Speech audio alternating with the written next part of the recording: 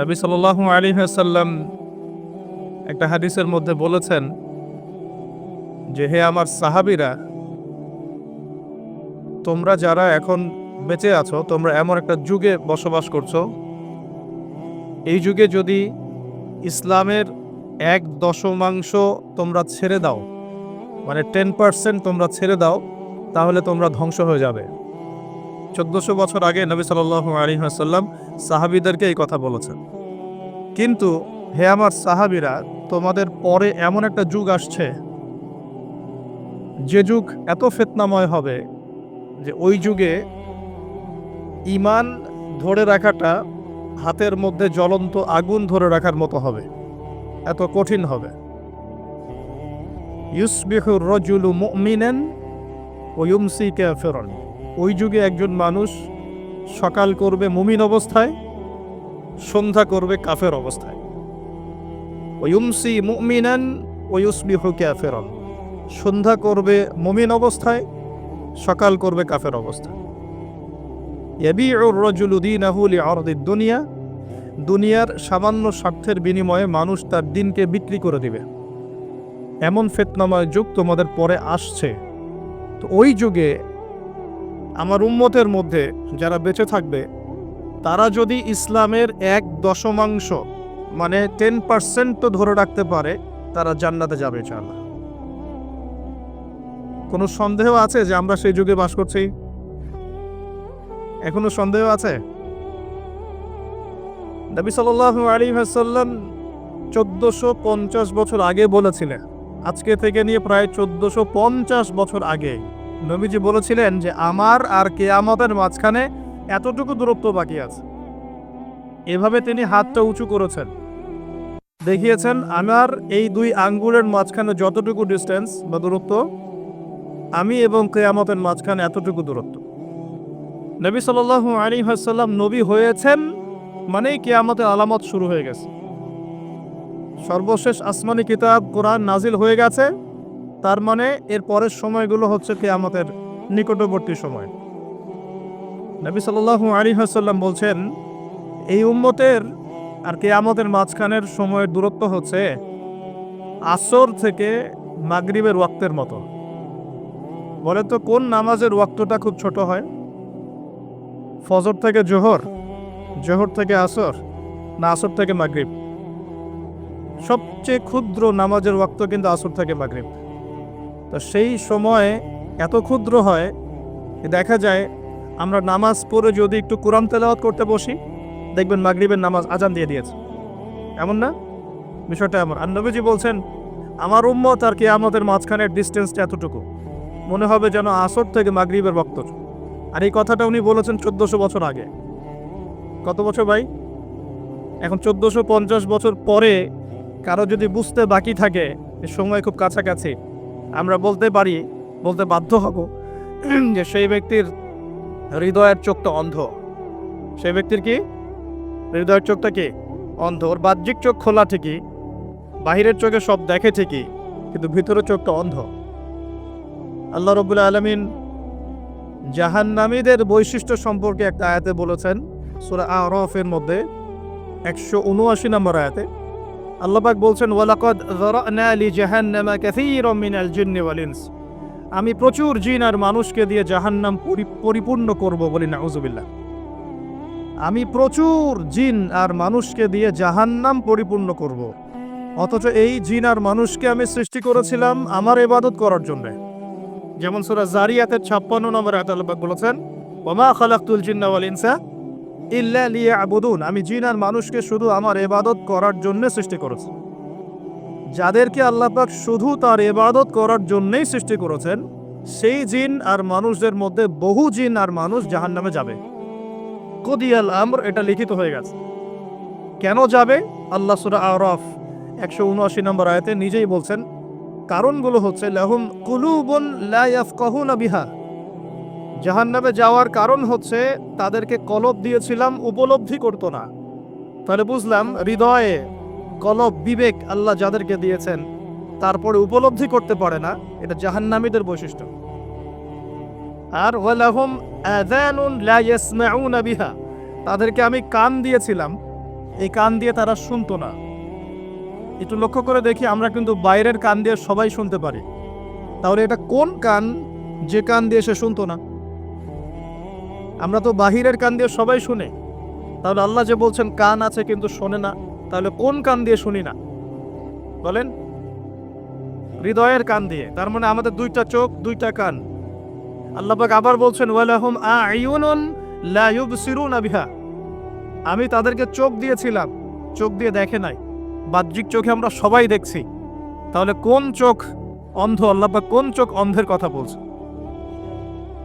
আবু জেহেল এবং উমর রাদিয়াল্লাহু আনহু, এই দুই ব্যক্তি নবী সাল্লাল্লাহু আলাইহি ওয়াসাল্লামের দোয়ার দ্বার প্রান্তে ছিলেন।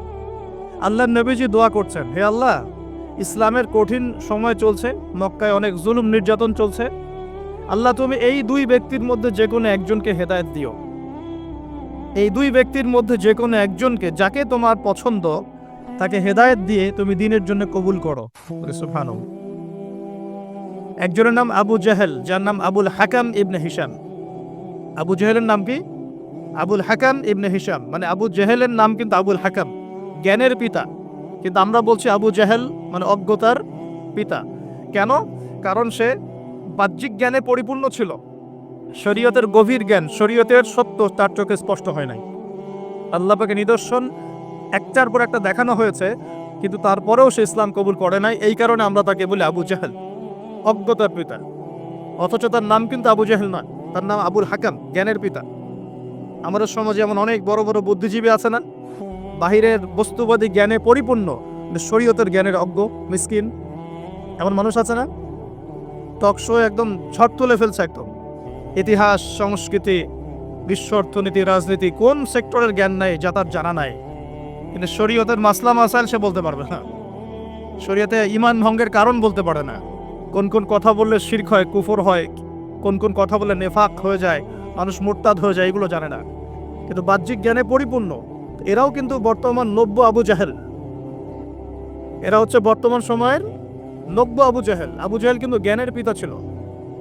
তো আবু জাহেল এবং ওমর রাদিয়াল্লাহু আনহুর মধ্যে আল্লাহ যাকে তোমার ভালো লাগে তুমি হেদায়েত দিয়ে ইসলামের জন্য কবুল করো, এটা দোয়া করছেন কে? মুহাম্মদুর রাসূলুল্লাহ সাল্লাল্লাহু আলাইহি ওয়াসাল্লাম। এবার আল্লাহ পাক হেদায়েত দিয়েছেন ওমর রাদিয়াল্লাহু আনহুকে। এই তো, এখন এই দুই ব্যক্তিকে আমরা যদি ডক্টরের কাছে পাঠাই, মনে করেন, এবং তাদের কান এবং তাদের চোখ টেস্ট করি, দেখা যাবে দুজনের কানই একই, দুজনের চোখই এক, দুজনেরই চোখ ভালো, দুজনেরই কান ভালো। তাহলে আবু জেহেলের কোন কান অন্ধ যার কারণে সে কোরআন শুনতে পারলো না? আর আবু জেহেলের কোন চোখ অন্ধ যার কারণে সে কোরআন দেখতে পারলো না, সত্য চিনতে পারলো না? বলেন, এটাকে বাহ্যিক চোখ না অভ্যন্তরীণ চোখ? আর উমর রাদিয়াল্লাহু আনহুর কোন কান জিন্দা, জীবিত, যে কান দিয়ে তিনি কোরআনের মর্ম শুনতে পারলেন? কোন চোখ জীবিত, যেই চোখ দিয়ে তিনি সত্যটাকে খুঁজে পেলেন? বাহ্যিক চোখ না ভিতরের চোখ? তার মানে বুঝতে পারলাম এই আয়াতে আল্লাহ পাক আমাদের বাহ্যিক চোখ, বাহ্যিক কানের কথা বলছেন না। আল্লাহ বলছেন প্রচুর জিনার মানুষ যে জাহান্নামে যাবে, তার অন্যতম কারণ হচ্ছে তাদের কলব ছিল কিন্তু মরে গেছে, মৃত কলব। চোখ দিয়েছি দেখে নাই, মানে এই চোখ দিয়ে ঠিকই দেখেছে কিন্তু কলবের চোখ দিয়ে দেখতে পারে নাই। কান দিয়েছি শোনে নাই, মানে কান তো এই চোখ, এই কান দিয়ে শুনেছে ঠিকই, এই কান দিয়ে সবই শুনেছে, কিন্তু এই কান দিয়ে কোরআন এবং সুন্নাহর মর্মমারি সত্য শুনতে পারে নাই। আল্লাহ পাক বলছেন উলাইকা কাল আনআম, এরা ছিল গবাদি পশু, জন্তু জানোয়ারের মতো, নাউযুবিল্লাহ, বাল হুম আদল, বরং এরা তার চাইতেও নিকৃষ্ট ছিল। ওয়া উলাইকা হুমুল গাফিলুন, এরা ছিল গাফেল সম্প্রদায়, গাফেল। তাহলে আমরা এখানে বুঝতে পারলাম, যদি আমরা কলবকে জিন্দা করতে না পারি, এটা জাহান্নামে যাওয়ার কারণ। যদি আমরা ভিতরের চোখ দিয়ে দেখতে না শিখি, এটা জাহান্নামে যাওয়ার কারণ। যদি আমরা ভিতরের কান দিয়ে শুনতে না শিখি, এটা কি? জাহান্নামে যাওয়ার কারণ। এখন 1450 বছর পরেও যাদেরকে বোঝাতে হচ্ছে যে সময় হাতে বেশি নাই, আলামাতুস সাআ গুলো সব স্পষ্ট হয়ে যাচ্ছে, তাদের হৃদয়ের চোখটা অন্ধ না? ভিতরের কানটা অন্ধ না? কলবগুলো মরে গেছে না? আমি আপনাদেরকে কিছু দৃষ্টান্ত দেখাচ্ছি, যে দৃষ্টান্তগুলো আমাদের ঢাকা শহরের সাথেও মিলে যাবে, বড় বড় সব শহরের সাথে তো মিলে যাবেই। আমরা যে সমাজে বাস করি, বাংলাদেশ, ঢাকা শহর, আমরা ঢাকার বাসিন্দা, আমাদের সাথে আরো জাজল্যমানভাবে মিলে যাবে। এটা শুধু একটা শহরের গল্প নয়, বরং এটা হচ্ছে পুরো বিশ্বের সমস্ত বস্তুবাদী শহরের গল্প। পুরো বিশ্বের যত বস্তুবাদী শহর আছে সবারই গল্প এখন সেম। কারণ পুরো বিশ্বটা এখন হচ্ছে একটা গ্লোবাল ভিলেজ, মানে বিশ্বায়নের যুগ চলছে। এক জায়গায় ঢিল দিলে তরঙ্গ সারা বিশ্বে ছড়িয়ে পড়ে না? তো পুরো বিশ্বের গল্পই এটা, আর স্পেশালি আমাদের ঢাকা শহরেরও গল্প এটা, আমরা যেখানে বসবাস করছি।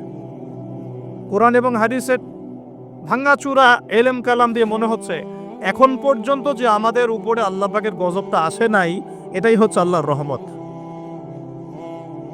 আমার কথা হয়তো সবাই বুঝতে পারবেন না, তবে জ্ঞানী মানুষ বুঝবেন ইনশাআল্লাহ। এখন পর্যন্ত যে আল্লাহ পাকের গজবগুলো আসে নাই, এটাই আল্লাহর সবচেয়ে বড় রহমত। আশার যে পাপগুলো আছে, এই কোনো পাপ করতে আমরা এখন বাদ দিচ্ছি না। আশা গজবকে ডেকে নিয়ে আসার যে পাপগুলো আছে, এই পাপের কোনোটা করতে ঢাকা শহরের অধিবাসীরা এখন বাদ দিচ্ছে না। আমি কোরআন এবং হাদিস লাস্ট 1 মাস থেকে এই গজব সংক্রান্ত বিষয়গুলো ঘাটাঘাটি করছিলাম।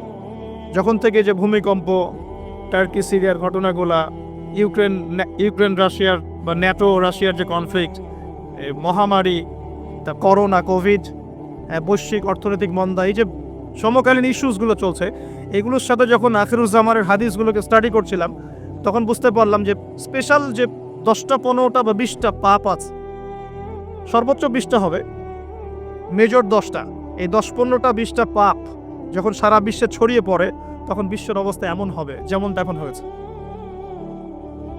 কোরআন এবং সুন্নাহ A to Z ঘেটে ফেললে আপনি এগুলোই পাবেন, কিন্তু আমি আপনাদের স্টাডি করার সাথে সহজ করে দিচ্ছি, চেষ্টা করছি। কারণ স্টাডির কোনো শেষ নাই। আমি যতটুকু বলবো এখান থেকে আপনি আবার স্টার্ট করতে পারবেন।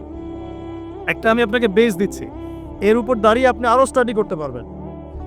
আমার জ্ঞান তো চূড়ান্ত নয়, জ্ঞানের কোনো শেষ আছে? সর্বপ্রথম যে পাপের কারণে আল্লাহর গজব, আসমানের বালা, জমিনের বালা নেমে আসে, তার নাম হলো শিরক। তার নাম কি?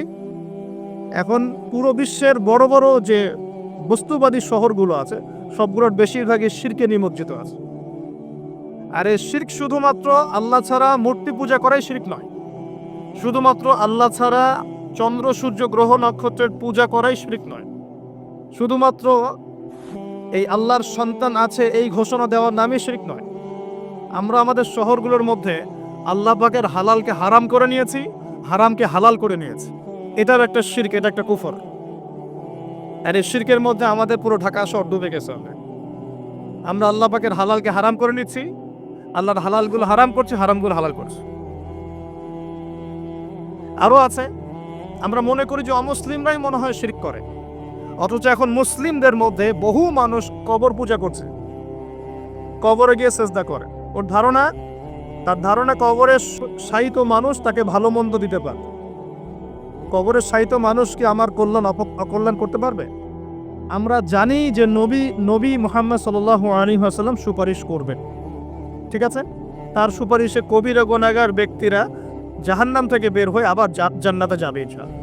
আমরা জানি আল কোরআন সুপারিশ করবে, আমরা জানি যে রোজা, সওম সুপারিশ করবে, আমরা জানি দান সদকা কিয়ামতের মাঠে বান্দাকে ছায়া দিবে। কোরআনে সূরা আলে ইমরান, সূরা বাকারা, সামিয়ানার মতো বান্দাকে ছায়া দিবে। আমরা জানি আলেম ওলামা সুপারিশ করবে, হাফেজে কোরআন সুপারিশ করবে, আমরা জানি শহীদগণ সুপারিশ করবে। সুপারিশ এক জিনিস, কিন্তু মৃত মানুষ কি আমাকে কল্যাণ অকল্যাণ দিতে পারে? তো মুসলিমদের মধ্যে বহু মানুষ এখন কবর পূজা করছে না? এই এই এই শিরকটা কি ঢাকার মতো বড় বড় শহরগুলোতে নাই? বাংলাদেশে নাই? কোনো কোনো ক্ষেত্রে এরকম কবর পূজারীরা নিজেদের নাম দিয়ে দিয়েছে ওরা সুন্নি, নিজে করছে কবর পূজা, নাম দিয়ে রেখেছে আমি সুন্নি। এই টাইটেলটা পবিত্র টাইটেল। সুন্নি মানে কি? যে সুন্নতের অনুসরণ করে। সুন্নি মানে কি? যে নবীর সুন্নতের অনুসরণ করে। একটা দলিল দেখান তো, নবী সাল্লাল্লাহু আলাইহি ওয়াসাল্লাম কারো কবরে সেজদা দিয়েছে? সাহাবীগণ কারো কবরে সেজদা দিয়েছে? সাহাবীগণ কোনো মৃত মানুষের কাছে দোয়া করেছে? তাহলে এই কাজগুলো কি শিরক হচ্ছে না? এই জিনিসগুলো চলছে, এগুলো আল্লাহর গজব নামিয়ে নিয়ে আসে। আরও আছে, আমরা শিরক মানে শুধু এটাই মনে করি যে আল্লাহর জন্য নামাজ পড়তে হবে, অন্য কারোর জন্য পড়া যাবে না, আল্লাহর জন্য কোরবানি করব, অন্য কারোর জন্য করা যাবে না। কিন্তু আমরা এখন কি করছি জানেন? আমরা রাজনীতি, অর্থনীতি, এমনকি শিক্ষানীতির মধ্যেও শিরকি আকীদা ঢুকিয়ে দিয়েছি। যেমন রাজনীতির মধ্যে ঢুকিয়েছি সমস্ত ক্ষমতার উৎসকে জনগণ। এটা আমাদের একটা পলিটিক্যাল কনসেপ্ট, তাই না? আল্লাহ পাক বলছেন তাবারাকাল্লাযী বিয়াদিহিল মুলক, তাবারাকাল্লাযী বিয়াদিহিল মুলক, সূরা মুলকের 1 নম্বর আয়াত। এবং এই সূরা মুলক আল্লাহ পাক আপনাকে রাতের বেলা পড়তে বলেছেন। রাতের বেলা পড়লে আপনি কবরের আযাব থেকে বেঁচে থাকবেন ইনশাআল্লাহ। কেন বেঁচে থাকবেন? কারণ এখানে আল্লাহ পাকের একনিষ্ঠ তাওহীদের বর্ণনা দেয়া আছে, যা আপনাকে কবরের আযাব থেকে কে বাঁচাবে? আল্লাহ, তাওহীদ, আল্লাহ বাঁচাবেন ইনশাআল্লাহ। এর প্রথমেই আল্লাহ বলছেন তাবারাকাল্লাযী, বরকতময় সেই আল্লাহ, বিয়াদিহিল মুলক, যার হাতে হচ্ছে সমস্ত কর্তৃত্ব, ক্ষমতা। ক্ষমতার মালিক কে? আল্লাহ পাক সূরা আলী ইমরানে বলছেন কুলিল্লাহুম্মা মালিকাল মুলক, হে আল্লাহ বলো, আল্লাহ, হে আল্লাহ তুমি হচ্ছে রাজত্বের মালিক। রাজত্বের মালিক কে? তুতিল মুলকা মান তাশা, তিনি যাকে ইচ্ছা রাজত্ব দেন। ওয়া তানজিউল মুলকা মিম্মান তাশা, যার থেকে ইচ্ছা রাজত্ব কেড়ে নেন। তাহলে এর মালিক কে? ফেরাউনকে কে রাজত্ব দিয়েছিল আর তাকে কে ডুবিয়ে দিয়েছে? তাহলে দেয়ার মালিক কে? ডুবিয়ে দেওয়ারও মালিক কে? আবার দাউদ আলাইহিস সালামকে কে দায়িত্ব দিয়েছিল? সুলাইমান আলাইহিস সালামকে কে এই বিশ্বের শাসক বানিয়েছে? ইউসুফ আলাইহিস সালামকে জেলখানা থেকে বের করে মিশরের শাসক কে বানিয়েছে? মুহাম্মদ সাল্লাল্লাহু আলাইহি ওয়াসাল্লামকে মক্কা থেকে শূন্য হাতে মদিনায় নিয়ে গিয়ে মদিনার শাসক কে বানিয়েছে? তো এটা দেয়ার মালিক কে? আল্লাহর মনোনীত বান্দাগণ যখন দায়িত্ব পেয়েছেন, তারা কি আল্লাহর বিধান বাদ দিয়ে অন্যের বিধান দিয়ে দাসত্ব করেছে? তাহলে আমরা তো খলিফা শব্দই বুঝি না। আমরা এই পৃথিবীতে কার খলিফা? আমরা এই দুনিয়ায় কার খলিফা? খলিফার দায়িত্ব কি? আল্লাহ পাক সূরা সদের মধ্যে বলছেন, ইয়া দাউদ, হে দাউদ, ইন্না জাআলনাকা খলিফাতান ফিল আরদ, হে দাউদ আমি তোমাকে পৃথিবীতে আমার খলিফা করেছি। কি করেছি? কে করেছেন? তোমার দায়িত্ব হচ্ছে ফাহকুম বাইনান নাস বিল হক, মানুষের মাঝে হকের মানদণ্ডে বিচার ফয়সালা করো। মানুষের মাঝে হকের মানদণ্ডে বিচার ফয়সালা করো। এখন হক, সত্য, সত্য মিথ্যা, ন্যায় অন্যায় চূড়ান্ত মানদণ্ড কি? আমার নিজের মন গড়া যুক্তি, বিজ্ঞান, দর্শন, নাকি আল্লাহ পাকের ওহী? কোনটা? এখন আল্লাহ পাকের ওহী দিয়ে বিশ্বের কতগুলো রাষ্ট্র পরিচালিত হচ্ছে হিসাব করে দেখেন। তাহলে এটা বৈশ্বিক শিরক চলছে না? সারা বিশ্বে এখন বৈশ্বিক শিরক চলছে। যখন এই শিরকগুলো বেশি বেড়ে যাবে, যেটা বেড়ে গেছে, তখন আল্লাহ রাব্বুল আলামিন আসমানের গজব নামাবেন, জমিনের গজব নামাবেন। যখন নূহ আলাইহিস সালামের কওম শিরক করা শুরু করেছিল, আল্লাহ পাক প্লাবন দিয়ে ধ্বংস করে দিয়েছিলেন। আস্তে আস্তে সেদিকেই বিশ্ব যাচ্ছে। আল্লাহ পাক এই বিশ্ববাসীর মধ্যে একটা বড় অংশকে অচিরে ধ্বংস করে দিবেন। লেখা হয়ে গেছে এগুলো। আরো সামনে যান। আমরা অর্থনীতির মধ্যেও শিরক করছি। কেমন শিরক করছি? আল্লাহ পাক হালাল অর্থনীতি দিয়েছেন, ইসলামিক অর্থনীতি। এখানে হালাল করেছেন ব্যবসা, এখানে হালাল করেছেন যাকাত, সাদাকা, সাদাকাতুল ফিতর, কৃষিভিত্তিক অর্থনীতি, এক্সপোর্ট ইম্পোর্ট, মানে সুদ, রিবা বাদ দিয়ে যা কিছু আছে সব বৈধ। রিবা, ঘুষ, দুর্নীতি, প্রতারণা বাদ দিয়ে যা কিছু আছে সবই বৈধ। আল্লাহ পাক বৈধ করেছেন। পুরো বিশ্বের ব্যাংকিং সিস্টেম চলছে সুদের মধ্য দিয়ে। পুরো বিশ্বের, শুধু একটা কান্ট্রিকে মার্ক করা যাবে না, একটা কান্ট্রিকে দোষ দেওয়া যাবে না। পুরো বিশ্বের অর্থনৈতিক মোড়ল যারা আছে, এরা সারা বিশ্বকে সুদভিত্তিক অর্থনীতির শিকল দিয়ে বেঁধে ফেলেছে। এখান থেকে কেউ বের হতে পারছে না এখন। তো সারা বিশ্বে আল্লাহর দেওয়া অর্থনীতি বাদ দিয়ে মানুষের অর্থনীতি চলছে না। এটা শিরক না কুফর, নাকি তাওহীদ সুন্নাত? কোনটা? এটা শিরক কুফর না? যখন আল্লাহ পাকের হালালকে আপনি হারাম করে নেবেন, আল্লাহর হারামকে হালাল করে নেবেন, জেনে রাখবেন যেটা একটা শিরকি আকীদা, একটা কুফরি আকীদা। এটা কাজ করা হচ্ছে। আর যখন একটা এলাকার মানুষ শিরক আর কুফরে থাকবে, আল্লাহর কি বরকত নেমে আসবে না আযাব নেমে আসবে? এজন্যই তো আযাব আসছে। আমরা তো আযাব দেখে বস্তুবাদী সমাধান খুঁজি। কি সমাধান? ভূমিকম্প আসছে, অতএব এখন ভালো ভালো সিমেন্ট দিয়ে বাড়ি বানাও শক্ত করে, যাতে ভূমিকম্পে না নড়ে। আমরা বস্তুবাদী সলিউশন খুঁজি আর কি। বেশি বেশি আশ্রয় কেন্দ্র খোলো, যাতে করে পরবর্তীতে ওখানে গিয়ে উদ্ধার করা যায়। হ্যাঁ, ব্যাকআপ চিন্তা করি যে কি করা যায়, কোনো প্রযুক্তি বের করি যাতে আগে থেকেই ভূমিকম্পের সতর্কবার্তা দেওয়া যায়। আমরা বস্তুবাদী চিন্তা করি না। আর সলিউশন হচ্ছে, আমরা যদি শিরক আর কুফর থেকে তওবা করতাম, আল্লাহ গজব উঠিয়ে নিতেন। গজব দেওয়ার মালিককে, উঠিয়ে নেওয়ার মালিককে। যদি কোনো এলাকার মানুষ তাওহীদের উপর থাকে, শিরক ছেড়ে দেয়, সুন্নতে থাকে, বেদাত ছেড়ে দেয়, ইমানের উপর থাকে, কুফর ছেড়ে দেয়, আল্লাহ পাক কি জালেম যে তাদেরকে জুলুম করে শাস্তি দিবেন? বরং আল্লাহ পাক শাস্তি আরো উঠিয়ে নেবেন, বরকত নাজিল করবেন, রহমত নাজিল করবেন। সূরা আরাফে আল্লাহ বলেছেন, যদি জনপদের অধিবাসীরা ঈমান নিয়ে আসতো, আমি অবশ্যই তাদের উপরে বরকতের দরজাগুলো খুলে দিতাম। আলহামদুলিল্লাহ, আসমান জমিনের বরকতের দরজা সব খুলে দিতাম। কিন্তু জনপদের অধিবাসী তো ঈমান আনবে না, কারণ মনে করছে যে আমরাই সব মানুষ।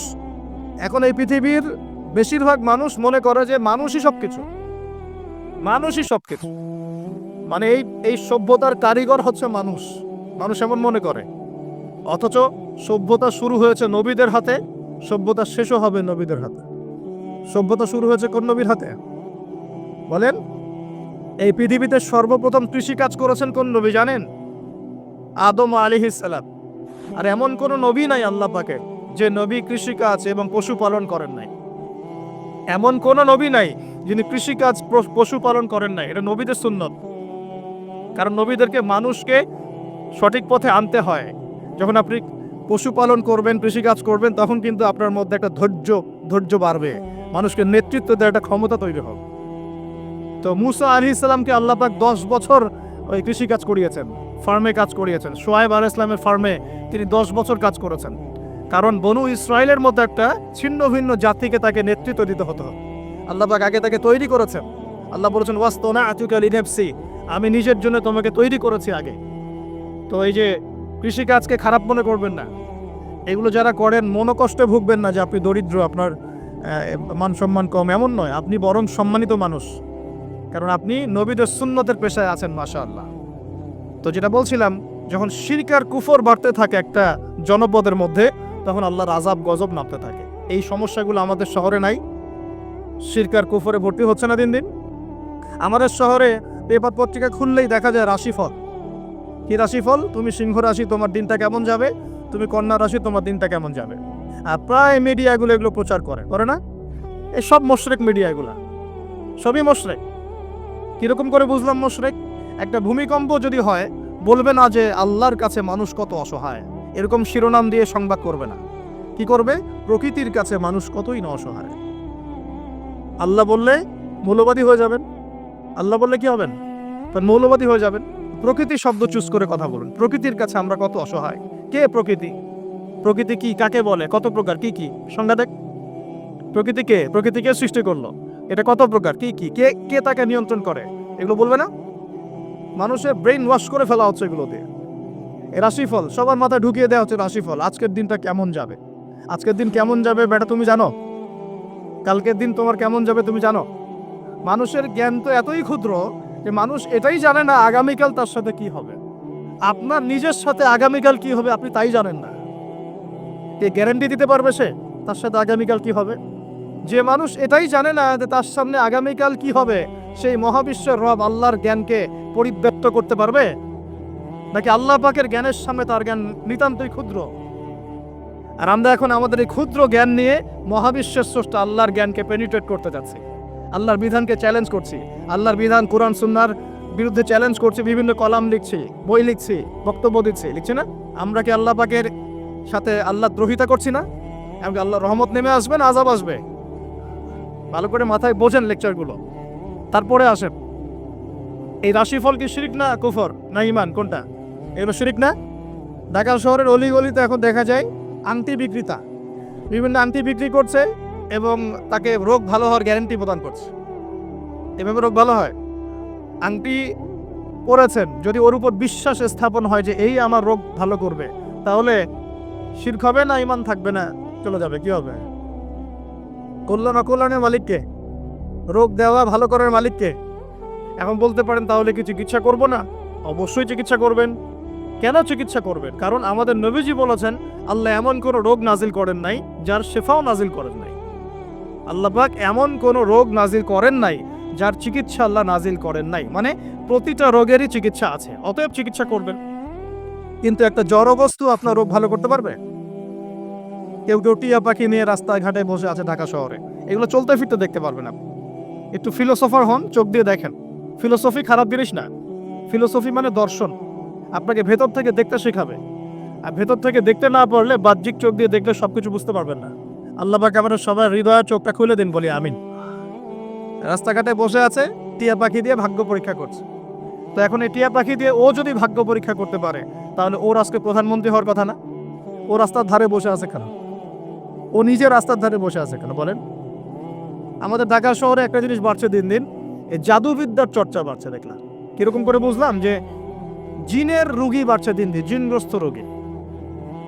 জিনগ্রস্ত রোগী এটা আবার কি? এটা তো আবার অনেকে বিশ্বাসই করবে না, জিন বলতে কিছু আছে।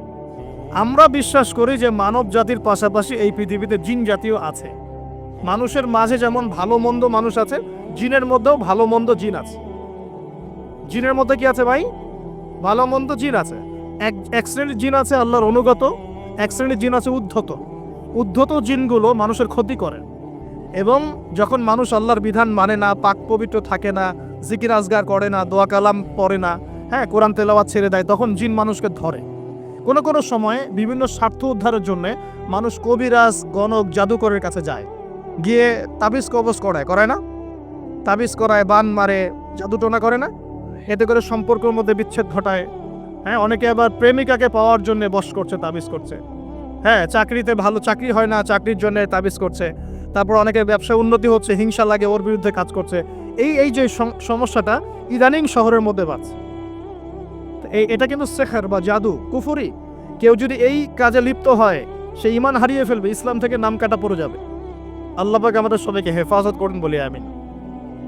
অনেক শিরকে আছে, আমরা এখন শিক্ষার মধ্যেও শিরক করছি। কিরকম? দীর্ঘদিন শুনলাম যে আমরা আল্লাহ পাকের সৃষ্টি, আল্লাহ রাব্বুল আলামিন নিজ হাতে সৃষ্টি করেছেন, এগুলোই সব বইপত্র ছিল। এখন আস্তে আস্তে আস্তে বইপত্রগুলোর মধ্যে চেঞ্জ আনা হচ্ছে। একটা সুদূর প্রসারী লক্ষ্যকে সামনে রেখে একটা প্রজন্ম তৈরি করার চেষ্টা করা হচ্ছে, যে এই প্রজন্মটা আল্লাহ থেকে দূরে সরে যাবে, রাসূল থেকে দূরে সরে যাবে।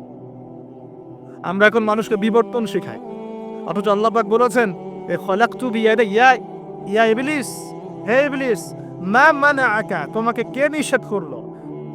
মা মানাআকা আল্লা তাসজুদা ইয আমারতুক, তোমাকে কে বারণ করলো আদমকে সিজদা করতে, যাকে আমি সৃষ্টি করেছি? খলাকতু বিয়াদাই, আমি যাকে নিজ হাতে সৃষ্টি করেছি। তাহলে আল্লাহ পাক আমাদেরকে কিভাবে সৃষ্টি করেছেন? নিজ হাতে। এটা সম্মানের না? এটা ভালোবাসার না? আল্লাহ পাক অন্য কোনো মাখলুক সৃষ্টির ব্যাপারে বলেন নাই যে আমি অমুক মাখলুকটাকে নিজ হাতে সৃষ্টি করেছি, আসমানকে নিজ হাতে সৃষ্টি করেছি, জমিনকে নিজ হাতে সৃষ্টি করেছি, এমনটা আল্লাহ পাক কোথাও বলেন নাই। আল্লাহ পাক শুধু বলেছেন আদমকে সৃষ্টি করেছি, খলাকতু বিয়াদাই, আমি নিজ হাতে তাকে সৃষ্টি করেছি। সুবহানাল্লাহ। আল্লাহ পাক তাকে সৃষ্টি করে দুনিয়াতে পাঠিয়ে আল্লাহ পাকের খেলাফতের দায়িত্ব দিয়েছেন, যে আদম তুমি দুনিয়ায় যাও, দুনিয়ায় নির্দিষ্ট সময় থাকবে, চিরস্থায়ী হতে পারবে না। আমার বিধান আমি নাজিল করব, সেগুলো যদি মেনে চলো এবং তা প্রতিষ্ঠা করো, তাহলে তুমি জমিনে আমার খেলাফতের দায়িত্ব পালন করলা। জমিনে যে আল্লাহ পাকের বিধান মেনে চলে, আল্লাহর বিধান প্রচার প্রসার ঘটায়, প্রতিষ্ঠার চেষ্টা করে, সেই আল্লাহ পাকের খলিফা। আর জমিনে যে ব্যক্তি আল্লাহর বিধান মানে না, আল্লাহর বিধানের পরোয়া করে না এবং এই বিধান দিয়ে বিচার ফয়সালা করে না, সে আল্লাহ পাকের খলিফা নয়। সহজ কথা। সে তখন কার খলিফা? সে তার প্রবৃত্তির দাসত্ব করছে, অথবা শয়তানের পূজা করছে, অথবা নিজের মন গড়া প্রবৃত্তি হাওয়া এর দাসত্ব করছে। আল্লাহ পাক আমাদের সবাইকে আল্লাহ পাকের বিধান মেনে চলার তৌফিক দান করুন। এখন ইবলিসকে আল্লাহ পাক বলছেন, কেন তাকে সিজদা করলে না যাকে আমি নিজ হাতে সৃষ্টি করলাম? আমরা বুঝতে পারলাম আল্লাহ পাক আমাদেরকে নিজ হাতে সৃষ্টি করেছেন, আর আমরা এখন বাচ্চাদেরকে শেখাচ্ছি না, এই সৃষ্টি তত্ত্ব ভুল। তোমাদেরকে আগে এইভাবে আগে হাঁটতে দাঁড়াতে পারতে না, বাঁকা হয়ে থাকতে, তারপর একটু লম্বা হলে, তারপর আরেকটু লম্বা হলে, তারপর আস্তে আস্তে মানুষ হয়ে গেলে। আমরা এগুলো বাচ্চাদেরকে শেখাচ্ছি। কেন শেখাবো? আমার বাচ্চা তো মুসলিম, আমার বাচ্চা তো মুসলিম পরিবারের বাচ্চা। এ কি ইহুদি খ্রিস্টানের সন্তান? ওদের ওই সভ্যতার আল্লাহর সাথে কোনো সম্পর্ক নাই। তাদের সৃষ্টি তত্ত্ব বুঝতে হলে এমন বিবর্তনবাদের দরকার হয়। আমার তো দরকার নাই, কারণ আমি তো মুসলিম পরিবারের সন্তান। আমি তো আল্লাহকে বিশ্বাস করি। আমি তো জানি আল্লাহ পাক আমাকে সৃষ্টি করেছেন নিজ হাতে। আল্লাহ পাক আমাদেরকে সৃষ্টি করেছেন কি? নিজ হাতে, এবং রুহের জগতে রেখে আমাদের কাছে ওয়াদা নিয়েছেন। এই পৃথিবীতে আসার আগে আরেকটা জগৎও ছিলাম আমরা, তার নাম রুহের জগৎ, আলামে আরওয়াহ। আমরা তো এই পৃথিবীর বাসিন্দা নই, আমরা জান্নাত থেকে এখানে আসছি। সুবহানাল্লাহ। এটা তো আমাদের নোংরা জায়গা, এটা হচ্ছে আমাদের থাকার জন্য নোংরা জায়গা। আমরা তো জান্নাত থেকে এসেছি এখানে। হাই ক্লাস থেকে লো ক্লাসে আসলে মানুষ খুশি হয়? জান্নাত হাই ক্লাস না দুনিয়া হাই ক্লাস? আমাদের পিতা মাতাকে জান্নাতে রাখা হয়েছিল, সেখান থেকে আমরা এখানে এসেছি। এখান থেকে আসি নাই? আর আত্মাগুলোকে, আমাদের আত্মাগুলোকে রুহের জগতে রাখা হয়েছে। সেখানে সমস্ত আত্মাগুলোকে ডেকে আল্লাহ পাক বলেছেন আলাস্তু বিরব্বিকুম, আল্লাহ বলছেন কি আলাস্তু বিরব্বিকুম, আমি কি তোমাদের রব নই? সমস্ত আত্মারা একসাথে বলেছিল বেলা ইয়া রব্বি, অবশ্যই আপনি আমার রব। সুবহানাল্লাহ। আমরা এই সাক্ষ্যটা দিয়ে আসছি, সূরা আরাফ পড়লে আপনি বুঝতে পারবেন, এখানে আছে আমরা এই সাক্ষ্য দিয়ে পৃথিবীতে আসছি। এখানে এসে ভুলে গেছি, মনে পড়ে না। মনে পড়ে না। এইটা মনে করানোর জন্যই তো আল্লাহ পাক যুগে যুগে নবী রাসূল পাঠিয়েছেন। এটা মনে করিয়ে দেওয়ার জন্যই আল্লাহ পাক আসমানে কিতাব নাজিল করেছেন। তুমি ভুলে যেও না, তুমি ওই জগতে ছিলে, আমাকে সাক্ষী দিয়ে এসেছো। এই দুনিয়ার ফিতনায় আমাকে ভুলে যেও না। নবীগণ এসেছেন, হেদায়েতের বাণী শুনিয়েছেন, আসমানি কিতাব নাজিল হয়েছে, আমরা সেই কিতাব পেয়েছি। এই সিলসিলা চলতে চলতে আদম থেকে নিয়ে মুহাম্মদ সাল্লাল্লাহু আলাইহি ওয়াসাল্লাম পর্যন্ত প্রায় 1,24,000 নবী আল্লাহ পাঠিয়েছেন। তার সর্বশেষ নবীর নাম কে? মুহাম্মদ রাসূলুল্লাহ সাল্লাল্লাহু আলাইহি ওয়াসাল্লাম। এর আগে তাওরাত, জাবুর, ইনজিল সবই আল্লাহর পক্ষ থেকে এসেছিল। মানুষ যখন সেগুলোকে বিকৃত করেছে, আল্লাহ পাক আবার নতুন করে বিধান পাঠিয়েছেন। এই সর্বশেষ বিধান কোনটা? আল কোরআন, এবং তার ব্যাখ্যা কি আছে? হাদিস। এই কোরআন হাদিস ঘাটাঘাটি করলেই আমরা পেলাম যে একটা জনপদের মানুষ যখন এমন শিরক আর কুফরে নিমজ্জিত থাকে, তখন আল্লাহর পক্ষ থেকে আযাব আসে। আর আমরা কি সেই পাপে নাই ভাই? আপনার উপরের লেভেলের সিস্টেম থেকে শুরু করে নিয়ে একদম এই শিক্ষাক্ষেত্র বলেন, হাতের আংটি বলেন, চিন্তা চেতনা বলেন, হ্যাঁ, রাস্তাঘাটের ওই যে গণকের কথা বলেন, কবিরাজের কথা বলেন, জাদুবিদ্যার চর্চা বলেন, হ্যাঁ, ওই ভাগ্য গণকের কথাই বলেন, রাশিফলের কথাই বলেন, সব আমরা শিরকের মধ্যে লিপ্ত আছি এখন। এর পাশাপাশি আমরা কবর পূজা করছি, মাজার পূজা করছি, আমরা আল্লাহ ছাড়া অন্য কারোর জন্য জবাই করছি, মানত করছি, কসম করছি, কুরবানি করছি। কোনো কোনো জায়গায় আমরা আগুনেরও পূজা করছি, আগুনের সামনে দাঁড়িয়ে মাথা নত করছি না? আবার কোনো কোনো জায়গায়, কিছু বড় বড় জায়গায় পর্যন্ত নীরবতা পালন করা হয়। নীরবতা মানে কি? আমরা নামাজের মধ্যে যখন দাঁড়াই, তখন আল্লাহর উদ্দেশ্যে নীরব হই না? আল্লাহর উদ্দেশ্যে নীরব হয়ে আমি আল্লাহর ধ্যানে মগ্ন হয়ে যাই না? তো এখানে আপনি কার ধ্যান করছেন? যখন আপনি আগুনের সামনে দাঁড়ায় নীরব হয়ে দাঁড়িয়ে আছেন, তখন কার ধ্যান করছেন? এটা শিরক হচ্ছে না? এটা তো আপনি আগুনের ধ্যান করা শুরু করলেন। এখানে তো আপনি আল্লাহকে স্মরণ করছেন না। বুঝতে পারছেন না মনে হয়। মনে করেন একজন মানুষ মারা গেছে, লাশ, কথা। তো এই লাশটার সামনে দাঁড়িয়ে আপনি নীরবে 2 মিনিট দাঁড়িয়ে আছেন কেন? কি দরকার? এটা কি নবীর সুন্নাত? আপনি নামাজে দাঁড়াবেন, নামাজে দাঁড়িয়ে আল্লাহকে স্মরণ করবেন, আল্লাহর কাছে দোয়া করবেন। আল্লাহ ছাড়া আমরা নামাজের মধ্যে নীরবতা পালন করি না? নামাজে নীরব হয়ে আল্লাহর কাছে ধ্যান করি না? মনোযোগ ধরে রাখি না?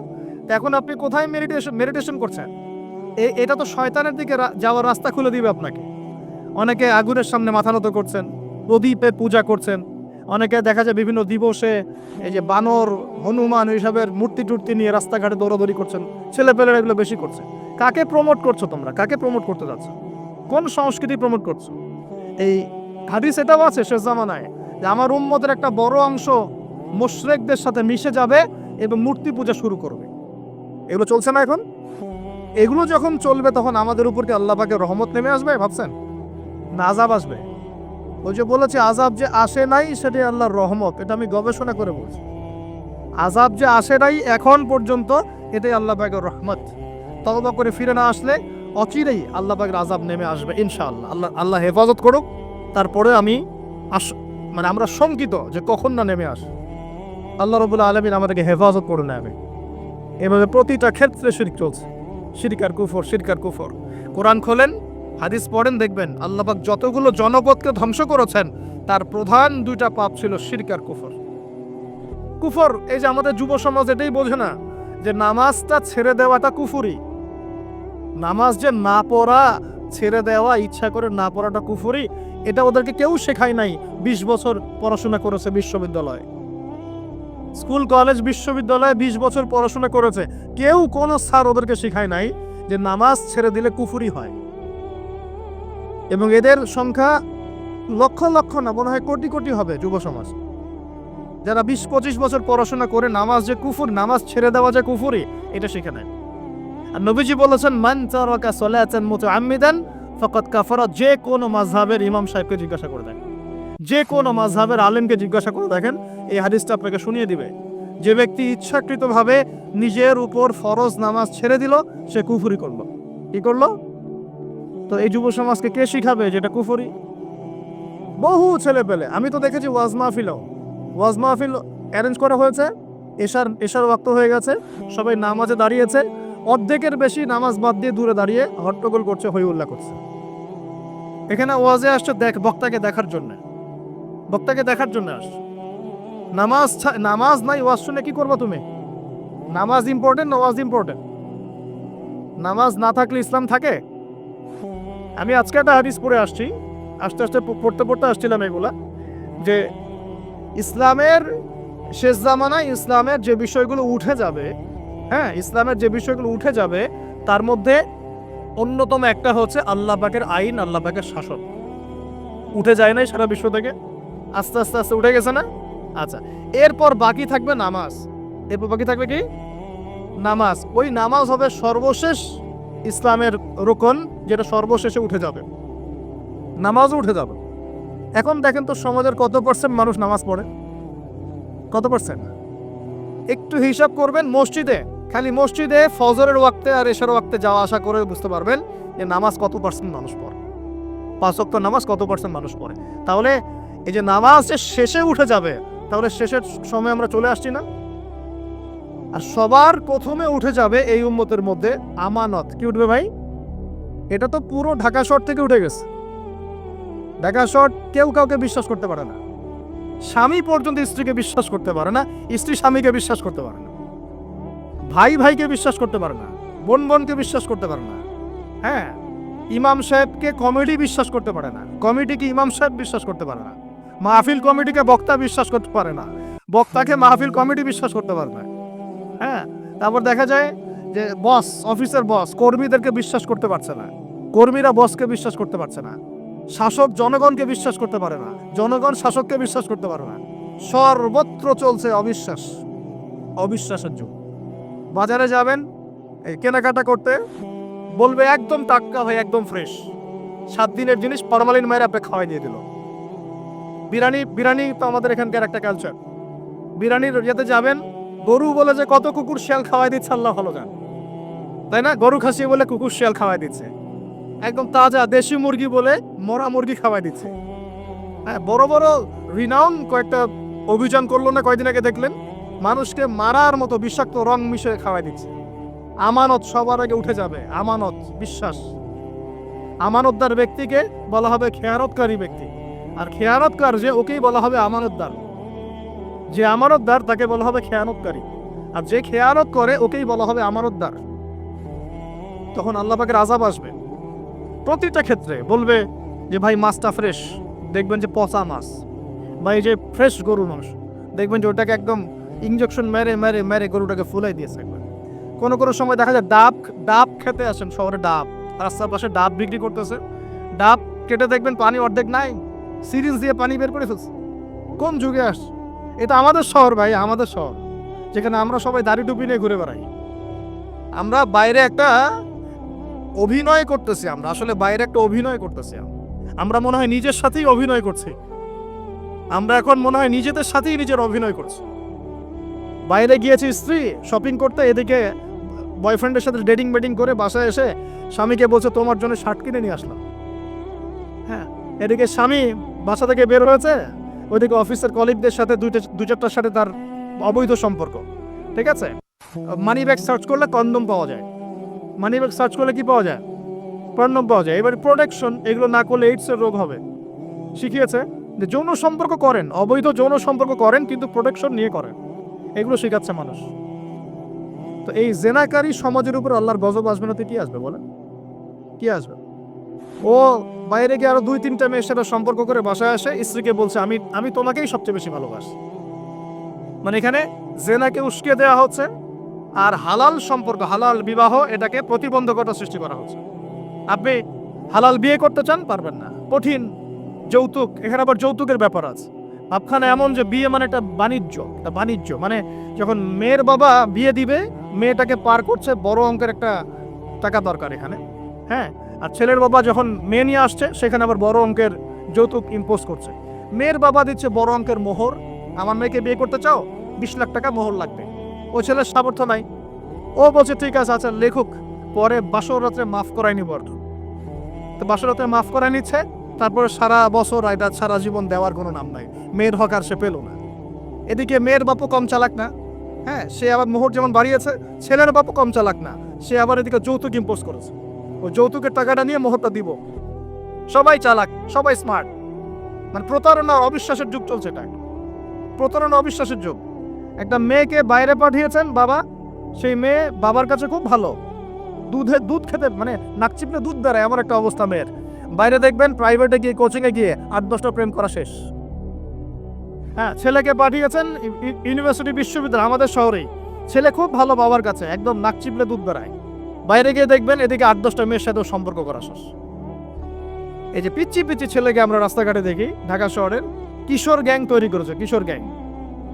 হ্যাঁ, গুন্ডামি। ওই তামিল কিছু মুভিজ দেখায়, হ্যাঁ, মারামারি করছে, একটা ঘুষি দিলে একদম গাছের উপর উঠে যায়। হ্যাঁ, ওগুলো দেখে দেখে শিখছে, হকি স্টিক নিয়ে চাকু চাপাতি নিয়ে ঘুরে বেড়ায় আছে। আমরা টঙ্গিতে আসু সময় দেখেছি, আমাদের সামনেই, আর তো আমাদের গাড়ির সামনেই দৌড় দিয়ে ছো মেরে একটা মেয়ের কান থেকে একদম দুল ছিঁড়ে নিয়ে চলে গেল। কানে দুল পরে আছে একটা মহিলা, কান টেনে ছিঁড়ে নিয়ে চলে গেল। মোবাইল ফোনে কথা বলছেন, গ্লাসটা খোলা, এইটুক সময়ের মধ্যে ছো মেরে মোবাইল ফোন নিয়ে চলে গেল। হ্যাঁ, এটা আমাদের শহর। ছোট ছোট বাচ্চা কাছে 8-10 বছর 15 বছর, হাইস্ট 20 বছর বয়স হবে, কিশোর গ্যাং। আবার এতটুকুটুকু ছেলেকে দেখেছি এই যে কিছু প্লাস্টিকের মধ্যে কি জানি টানে আমাদের শহরের মধ্যে, মাদক সর্বত্র সর্বত্র সর্বত্র। আমাদের যুব সমাজ, এই শহরের যুব সমাজ দেখবেন যাদের বাপের একটু টাকা পয়সা আছে, ওকে আর কে পায়, ওকে একটা বাইক কিনে দিয়েছেন, হ্যাঁ, ওই যে R15 টাইপের একটা বাইক দিয়েছেন, ব্যাস দাবরায় সারা দুনিয়া ঘুরে বেড়াবে। আর এই তো আমরা যে রাস্তাগুলো দিয়ে হাঁটাচলা করি, পিছনে মেয়ে তো থাকবেই বাইক থাকলে। আর মেয়ের অবস্থাটা এমন যে পোশাক তো নাই, মনে করেন ছেলের পোশাক এখন মেয়ে পরছে, মেয়ের পোশাক ছেলে পরছে না, এখন তো ওই যুগ চলছে। এখন এই পোশাক পরে ছেলেকে পিছন থেকে এমন ভাবে জড়িয়ে ধরে যাচ্ছে রাস্তা দিয়ে, ওপেনলি পাবলিকলি, মনে হচ্ছে ওর স্বামী মনে হয়। আপনি কি আপনার স্ত্রীকে নিয়ে এভাবে ঘুরে বেড়ান? আপনি নিজে আপনার স্ত্রীকে নিয়েও এভাবে ঘুরতে লজ্জাবোধ করেন, আর তার সাথে তার কোনো হালাল সম্পর্কই নাই, জড়ায় ধরে ঘুরে বেড়াচ্ছে। মনে হচ্ছে খালি ওই বাইকের মধ্যে একটা বালিশ দিতে বললে ভালো হতো, একটা বালিশ আর একটা শোয়ার জায়গা দিলে বাকি কাজটা এখানেই করে ফেলাই পাবলিকলি। নবীজি এটাই বলেছিলেন যে শেষ জামানায় রাস্তাঘাটে মানুষ জেনা করবে, এটা দেখার জন্য ঢাকা শহর সবচেয়ে ভালো জায়গা। এখন ঢাকার মতো বড় বড় যে শহরগুলো আছে না, সবগুলো এগুলো জাজল্যমান দৃষ্টান্ত হয়ে আছে। রাস্তাঘাটে মানুষ জানা করবে। মেয়েকে পড়তে পাঠিয়েছেন, টিউশন দিয়েছেন, টিচারের সাথে অবৈধ সম্পর্ক করা শেষ। কোনো জায়গায় টিচারকে বাসায় নিয়ে আসছেন, বাসায় এসে আমার মেয়েকে পড়ায় যান, কত বড় বুদ্ধিমান পিতা আপনি। হ্যাঁ, অলরেডি দেখবেন তার সাথে তার ঘটনা ঘটা শেষ হয়ে গেছে। আর মেয়েরা আপনাকে বলবে না, কারণ কেউ মানে বাধ্য হয়ে এসব জায়গায় ভিকটিম হয়ে যায়, আবার কেউ নিজের ইচ্ছাতেই কাজগুলো করে। এমন নয় যে সব মেয়ে ধর্ষিত হচ্ছে ছেলেদের আগ্রাসনের কারণে, ব্যাপারটা এমন নয়। বহু মেয়ে নিজের ভুলের কারণে ধর্ষিত হয়, বহু মেয়ে নিজের খারাপ স্বভাবের কারণেও তার ইজ্জত হারিয়ে ফেলছে। একটা মেয়ে যে রাত্রে 12টা 1টা 2টা বাজে বাইক নিয়ে ঘুরছে, ওকে কি রাস্তাঘাটে ঘুরতে 12টার সময় কেউ বলেছিল? এখন যদি এই 2টা 3টা ছেলে মিলে ওকে ধর্ষণ করে, দোষটা কি ছেলেটার হবে না মেয়েটার দোষ নাই? এখানে মেয়ের বাবার দোষ নাই, মেয়ের ফ্যামিলির দোষ নাই? তাহলে আমরা শুধু কেন ছেলেদের দিকে ফোকাস করি কেন? ছেলে তো অপরাধী, ছেলে তো অপরাধ করেছেই, ছেলের তো বাপ আগেই মরে গেছে। ছেলের বাপ যদি বেঁচে থাকতো তাহলে ছেলেকে তো আদব কায়দা শেখাতো, ছেলেকে শেখাতো যে দেখো বাবা, আমরা আমাদের সন্তানদেরকে শেখাই বাবা, সেটা হলো ইঁদুরের মতো বড় হয়েও না, সিংহের মতো বড় হয়েও। ইঁদুর কি করে? ইঁদুর রাতের অন্ধকারে মানুষের বাসায় বাসায় চুপচুপ করে খেয়ে বেড়ায়, দেখবেন তাই না? যারা রাতের অন্ধকারে জেনা করে বেড়ায়, এরা ইঁদুরের মতো রাতের অন্ধকারে খালি এই হোটেল ওই হোটেল, এই ঘরে ঘুরে বেড়ায়, এই প্রেমিকার ঘর এই প্রেমিকার ঘর, এই ফ্ল্যাটে ওই ফ্ল্যাটে ঘুরে বেড়ায়। আর যারা সিংহ পুরুষ, তারা বিয়ে করে প্রকাশ্যে স্ত্রীকে নিয়ে ঘুরে বেড়ায়। তো আমরা আমাদের ছেলেদেরকে এটা শিখাই না তো, বরং আমরা শিখাচ্ছি তোমাকে নিজের পায়ে দাঁড়াতে হবে, বড় হবা, 30-35 বছর হোক, তারপর বিয়ে করো। আর এই 18 বছর হয়ে গেছে, 18 থেকে এই যে 30, এই 12 বছরে তার তো যৌবনের তাড়না ছিল, এই তাড়না মেটাতে না পেরে সে পতিতালয়ে গিয়েছে, ওই যে কার ফ্ল্যাটে গিয়েছে, কোথায় কোথায় মাদকের আসরে বসেছে, মেয়েদেরকে নিয়ে এইখানে ওইখানে ঘুরে বেরিয়েছে। আমরা তো এমনও দেখেছি যে গাড়ির মধ্যে ছেলের কোলে মেয়ে ঘুরে ঘুরে বেড়াচ্ছে, এখানে করে। এই শহরগুলোর মধ্যে আল্লাহ পাকের আযাব আসবে না তো কি আসবে আমাকে বলেন? সে জামানায় যে কয়েকটা পাপের কারণে আযাব আসে তার মধ্যে অন্যতম সেরা পাপটা হচ্ছে জেনা। আমরা এই শহরটাকে জেনার শহর বানিয়ে ফেলেছি এখন। জেনার শহর। এগুলো গেল অবিবাহিতদের কথা। ইভেন ইউনিভার্সিটিগুলোর মধ্যে গিয়ে দেখবে ইউনিভার্সিটিতে গোল করে গ্রুপ স্টাডি করছে, গোল করে। এবং ছেলের কাপড় মেয়ে পড়ছে, মেয়ের কাপড় ছেলে। কাপড়ের কোনো বালাই নাই। নবীজি বলেছিলেন শেষ জামানায় দুই শ্রেণীর মানুষ আসবে, আমি এদেরকে দেখি নাই। নবীজি দেখেন নাই মানে 1400 বছর আগে ওরা ছিল না। এক শ্রেণী হচ্ছে হাতের মধ্যে মানুষকে মারার কিছু অস্ত্র নিয়ে ঘুরে বেড়াবে। এরা মানুষকে নির্মমভাবে পিটাবে, নির্মমভাবে পিটাবে, নির্মমভাবে মানুষকে পিটাবে। এই শ্রেণীকে আমি দেখিনি, এরা আসবে পরে। আরেক শ্রেণী হচ্ছে এমন এক শ্রেণীর মহিলা বের হবে যারা কাপড় পরেও নগ্ন থাকবে, নিজেরাও আকৃষ্ট হবে, অন্যকে আকৃষ্ট করবে। তো এই মেয়েদেরকে তো দেখতে পাচ্ছেন এখন, পাচ্ছেন না?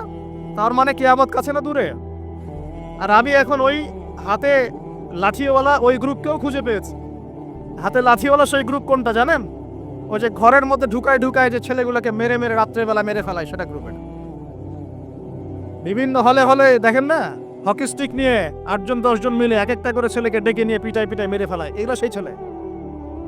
এদেরকে যারা জন্ম দিয়েছে ওই বাপের জন্য ধিক্কার। এদেরকে যারা জন্ম দিয়েছে এই বাপের জন্য ধিক্কার। আর এখন এরকম লেডিস গ্রুপও বের হয়েছে, আর মেয়েদেরকেও হলে ডেকে ডেকে পিটানো শুরু করেছে। তোমরা কি মনে করো যে 5জন 6জন 10জন মিলে একজনকে সারা রাত টর্চার করে মেরে ফেলানোর মধ্যে সুপুরুষ? তুমি সুপুরুষ, তুমি অনেক বড় বীর। সাহসটা তুমি একজন মারামারি করে দেখাও না দেখি। তবে এত বড় সাহস, তাহলে একজন মারামারি করে দেখাও না। আসো রিংয়ের মধ্যে আসো, রিংয়ের মধ্যে আসো, তারপর দেখি তোমার কত শক্তি আমাদের কত শক্তি। একজন 1-on-1 ব্যাটেলে আসো দেখি, খালি হাতে 1-on-1 ব্যাটেলে আসো। 8জন 10জন মিলে একটা বুয়েটের ছেলে, একটা মেডিকেলের ছেলে, একটা অমুকের ছেলে, তমুকের ছেলে, বাবা মায়ের স্বপ্ন লালন করা ছেলেগুলাকে ঘরের মধ্যে ঢুকাবা, সারা রাত পিটায় মেরে ফেলবা, এটাকে তোমরা সাফল্য মনে করো, বীরত্ব মনে করো? এই ছেলেগুলোকে জন্ম দিয়েছে যে পিতা মাতায়, এদের জন্য ধিক্কার আমার পক্ষ থেকে। আপনারা এইসব সন্তান জন্ম দিতে গেলেন কেন? খিদির আলাইহিস সালাম বেঁচে থাকলে ছোটবেলায় মেরে ফেলতো এদেরকে। ওই যে খিদির আলাইহিস সালাম ছোটবেলায় একটা বাচ্চাকে মেরে ফেলছিলেন না? মুসা আলাইহিস সালাম বলেছিলেন যে একটা বাচ্চাকে কেন মেরে ফেললেন? তখন খিদির আলাইহিস সালাম বলেছিলেন এই ছেলেটা যদি বড় হয়, বড় হলে অনেক বড় কাফের হবে। আল্লাহ আগে জানিয়ে দিয়েছেন, এই জন্য আগে মেরে দিয়েছে। এই বাচ্চাগুলোকে নিতে গেলেন কেন? কোনো রকম লজ্জাবোধও নাই, চক্ষু লজ্জা নাই। এরপর যখন আইন শৃঙ্খলা বাহিনী এদেরকে অ্যারেস্ট করে নিয়ে যায়, বীরের মতো হাসতে হাসতে চলে যায়। ও জানে যে আমার কোনো সমস্যা হবে না, ফাঁক ফকর দিয়ে বেরিয়ে চলে আসো। তোমরা এগুলোকে বীরত্ব মনে করো, তোমরা বীরত্ব মনে করো, সুপুরুষ হয়ে গেছো তোমরা।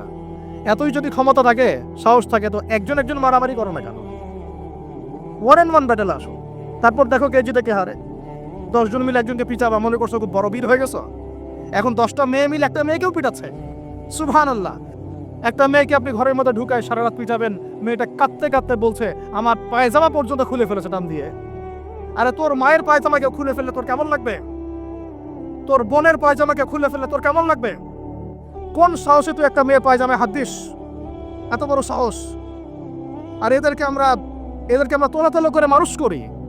ছাত্র পড়তে গিয়েছে, বাবা মার স্বপ্ন লালন করা ছাত্র, ছেলেটা ইঞ্জিনিয়ার হবে, ছেলেটা মেডিকেল সায়েন্সে পড়ে বড় একজন ডক্টর হবে, পিটায় মেরে ফেলে দিল তাকে। এত বড় সাহস! আর আমরা কিছুই বলতে পারলাম না, কিছু করলাম না। কি একটা অবস্থা চলছে! এগুলো যখন চলতে থাকবে একটা কওমের মধ্যে, আপনার মনে হয় যে আল্লাহর পক্ষ থেকে রহমত নেমে আসবে? লা ইলাহা ইল্লাল্লাহ বলা একজন মানুষ যদি বেঁচে থাকে, ওই একজন মানুষের সম্মানে আল্লাহ পাক কিয়ামত দিবেন ইনশাআল্লাহ। সেই একজন মানুষকে এভাবে নির্মমভাবে পিটিয়ে মেরে ফেলো তোমরা। এখন মানুষকে পেটানো শুরু করেছো।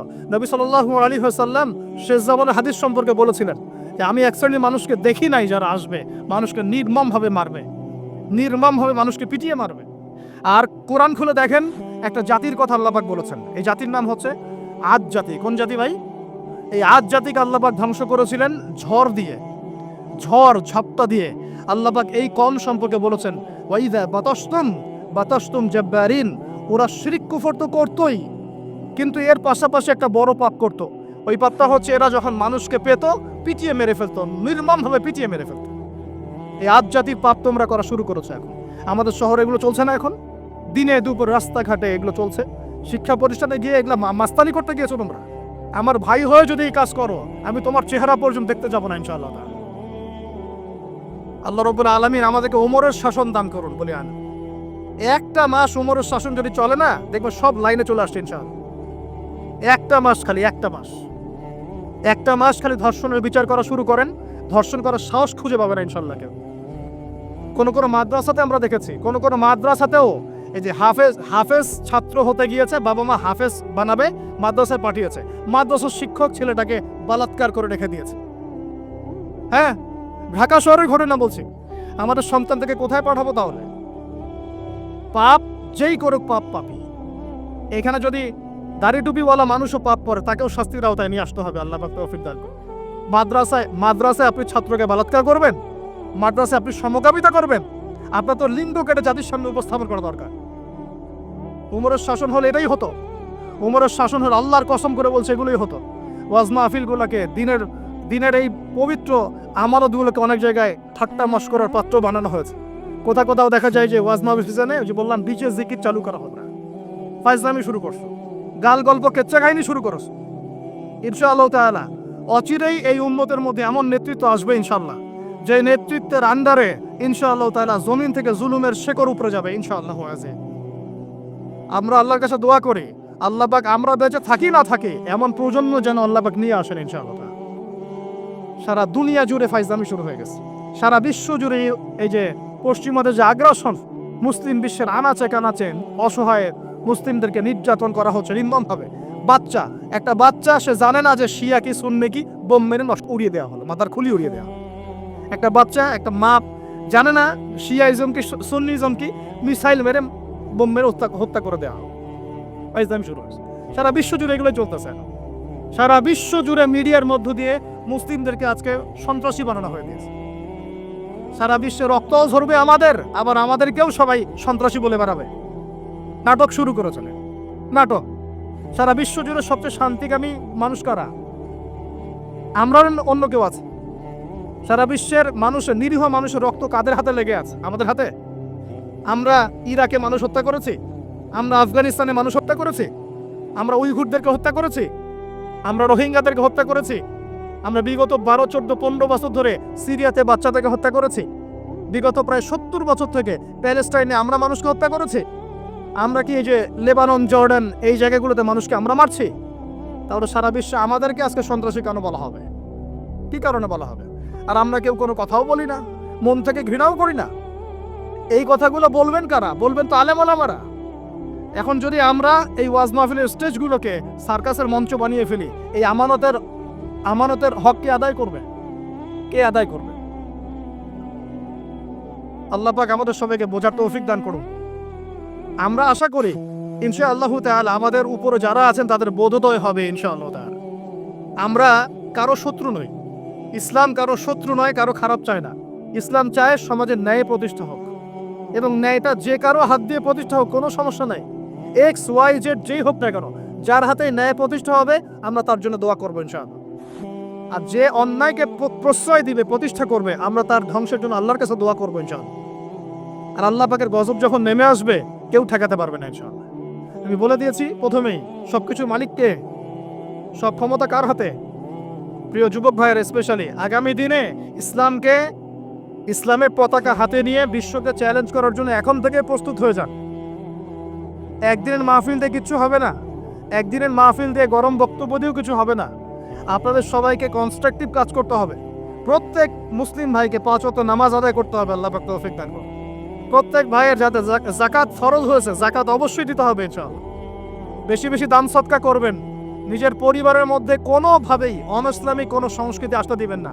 নিজের পরিবারের মধ্যে পর্দা প্রতিষ্ঠা করবেন। কোনো অবস্থাতেই হারাম রিজিকের দিকে যাবেন না ইনশাআল্লাহ। আপনার সন্তান সন্ততিদেরকে ছোটবেলা থেকেই মুসলিম রূপে মানুষ করবেন, কোনো রকম অমুসলিম কালচারে বড় করবেন না। আপনার সন্তানদেরকে ছোটবেলায় কোরআন শেখাবেন, হাদিস শেখাবেন, আলেম ওলামার সোহবত দিবেন, হকপন্থী আলেম চিনবেন, তাদের কাছে সন্তানদেরকে পাঠাবেন ইনশাআল্লাহ। ইসলামকে নিয়ে ঠাট্টা বিদ্রুপ করবেন না, রং তামাশা করবেন না। এই যুগ সম্পর্কে সচেতন থাকবেন। কি হচ্ছে, কি চলছে, হাদিসে কি আছে, কোরআনে কি আছে, সামনে কি হতে পারে, সচেতনতা তৈরি করবেন। এই চলমান ফিতনাময় পরিবেশে নিজের ঈমান আমলকে এমনভাবে ধরে রাখবেন যেমন করে হাতের মধ্যে মানুষ আগুন ধরে রাখে, ঈমান ধরে রাখে। পরিবারের মধ্যে বেপরদামিকে স্থান দিবেন না। পরিবারের ছেলে কি করছে, মেয়ে কি করছে, আপনার আত্মীয় স্বজনের হক ঠিক আছে কিনা, প্রতিবেশীর হক ঠিক আছে কিনা, প্রতিটা বিষয়ে as a Muslim leader of the family আপনাকে এগুলো দেখতে হবে। আল্লাহ তৌফিক দান করুন। এবং বেশি বেশি সামাজিক কিছু অ্যাসোসিয়েশন গড়ে তুলবেন যেগুলো সামাজিক অন্যায়গুলোকে প্রতিরোধ করবে ইনশাআল্লাহ, সামাজিকভাবে ন্যায় ছড়িয়ে দিবে, সামাজিকভাবে ইসলাম ছড়িয়ে দিবে ইনশাআল্লাহ তাআলা। শিক্ষা প্রতিষ্ঠান গড়ে তুলবেন যেখানে জেনারেল এবং ইসলামিক শিক্ষার সমন্বয় থাকবে, আলোকিত প্রজন্ম গড়ে উঠবে ইনশাআল্লাহ তাআলা। এরকম সমাজের অবস্থায় কি আল্লাহর আযাব আসবে না রহমত আসবে? এই হচ্ছে আমাদের সমাজের অবস্থা এখন। কতগুলো বলে শেষ করব। প্রতি ঘরে ঘরে ব্যভিচার ঢুকে পড়েছে, ঘরে ঘরে ব্যভিচার, পরকিয়া ঢুকেছে, পরকিয়া। আর অর্থনৈতিক ক্ষেত্রে ঘরে ঘরে ঢুকেছে সুদ আর সুদ, ঘুষ ঢুকেছে ঘুষ, এদিকে সুদ ঢুকেছে, দুর্নীতি ঢুকেছে, অন্যের সম্পদ অন্যায়ভাবে হস্তক্ষেপ করার নোংরা সংস্কৃতি ঢুকে পড়েছে প্রত্যেক জায়গায় জায়গায়। আমাদের ইয়াং জেনারেশন নিজেদের ইতিহাস ভুলে গেছে যে আমরা কার উত্তরসূরি। খালেদ বিন ওয়ালিদের নামও তারা জানে না, উমর ইবনুল খাত্তাবের নাম জানে না, তারেক বিন জিয়াদকে চিনে না, মুহাম্মদ বিন কাসিমকে চিনে না। এরা ক্রিস্টিয়ানো রোনাল্ডোকে চিনে, এরা মেসিকে চিনে, নেইমারকে চিনে, এরা আমাদের ক্রিকেটারদেরকে চিনে। মাশাআল্লাহ, দেখো দিন দিন আমরা বিপথে যাচ্ছি, তারা হেদায়েতের দিকে আসছে। যারা এখন বিপদগামী ছিলেন আমরা মনে করতাম, তারাই এখন হেদায়েতের দিকে আসছেন। আর আমরা এখন মুসলিম ঘরে জন্মগ্রহণ করে নামাজ ছেড়ে দিচ্ছি, কোরআন পড়া ছেড়ে দিচ্ছি। এটা কি ধরনের কথা? আমার পরিবারের মা বোনরা কিভাবে বেপরদায় বাইরে যায়? আমার পরিবারের কর্তা আমি কেমন করে আমার পরিবারের স্ত্রী সন্তান মেয়েরা বাইরে বেপরদায় যাবে? কিভাবে যাবে? আমি তো পরিবারের কর্তা, আমি পরিবারের স্বামী, আমার স্ত্রী কেমন করে বেপরদায় বাইরে যাবে? আমার ছেলে কেন নামাজ পড়বে না? নামাজ না পড়ে সে ভাত খাবে কিভাবে? নামাজ না পড়ে আমার পরিবারে আমার ছেলে ভাত খাবে কিভাবে? আমার মেয়ে কেমন করে ভাত খাবে? অতএব পরিবারটাকে শক্ত করেন, হালাল খান, সামাজিকভাবে ইসলামটাকে এগিয়ে নেন, ইনশাআল্লাহ দেখবেন একদিন বড় পরিসরে ইসলাম কায়েম হয়ে যাবে ইনশাআল্লাহ। আর আমরা কারোর জন্য বদদোয়া করব না, আমরা দোয়া করব আল্লাহ পাক যেন ঊর্ধ্বতন কর্তৃপক্ষ সবাইকে হেদায়েত দান করেন এবং অন্যায়ের বিরুদ্ধে দাঁড়ানোর তৌফিক দান করেন, এবং তাদের হাতে হলেও আল্লাহ পাক যেন ন্যায় প্রতিষ্ঠা করার তৌফিক দান করেন। আর ন্যায় কোনটা ন্যায় কোনটা অন্যায় এগুলো এসব প্রোটেস্ট্যান্ট মুসলিমরা আপনাদেরকে শেখাতে পারবে না। যারা ইসলাম, কোরআন, সুন্নাহ, সমকালীন বিশ্ব ইতিহাস, অর্থনীতি, সংস্কৃতি, দেশীয় কালচার সব সম্পর্কে জ্ঞান রাখে, এই মানুষরা আপনাকে বলতে পারবে কোনটা সত্য, কোনটা মিথ্যা, কোনটা হক, কোনটা বাতিল। একজন কবর পূজারী আপনাকে কি হেদায়েত দিবে? একজন মাজার পূজারী আপনাকে কি হেদায়েত দিবে? একজন বেদাতি আপনাকে কি হেদায়েত দিবে?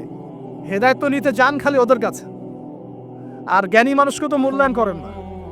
যারা বুদ্ধি বিক্রি করে খায় ওদের কাছে পরামর্শ নিচ্ছেন। আর কিছু বিষয় বলতে বলতে মুখের ফেনা উঠিয়ে দিলাম, তারপরেও কোনোদিনও বললেন না যে হ্যাঁ কথাটা গ্রহণ করা যায়। কি আশ্চর্য! যখন একটা সমাজের মধ্যে এই পাপগুলো ছড়িয়ে পড়বে তখন আল্লাহ পাকের গজব আসবে, এটা আসবেই। প্রতিরোধ করার কোনো সুযোগই নাই, আপনাকে প্রতিকারও করার কোনো সুযোগ নাই। তওবা করে আল্লাহর কাছে ফিরে আসতে হবে, এটাই সলিউশন, এটাই সলিউশন। এই যে আমরা শহরের কথাই বলছিলাম, আমাদের সমাজের অন্যতম বড় একটা কিয়ামতের আলামত হচ্ছে উঁচু উঁচু বিল্ডিং নির্মাণের প্রতিযোগিতা। নবীজি জীবনের শেষের দিকে যে হাদিসগুলো বলেছেন, শেষের দিকে, তার মধ্যে কিয়ামতের বড় দুইটা আলামত বলেছেন। তার মধ্যে একটা হচ্ছে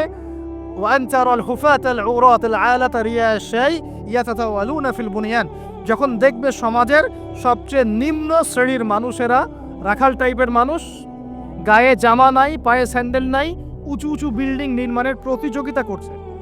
ধনীরা বিল্ডিং নির্মাণ করবে এমনটা নবীজি বলেন নাই। নবীজি বলছেন গরিব, ফকির, মিসকিন, গায়ে কাপড় নাই, স্যান্ডেল নাই, এরা বিল্ডিং নির্মাণ করবে না, প্রতিযোগিতা করবে একে অপরের সাথে। এখনকার আরব বিশ্বটা জাজল্যমান দৃষ্টান্ত, এখনকার আরব বিশ্বটা জাজল্যমান দৃষ্টান্ত।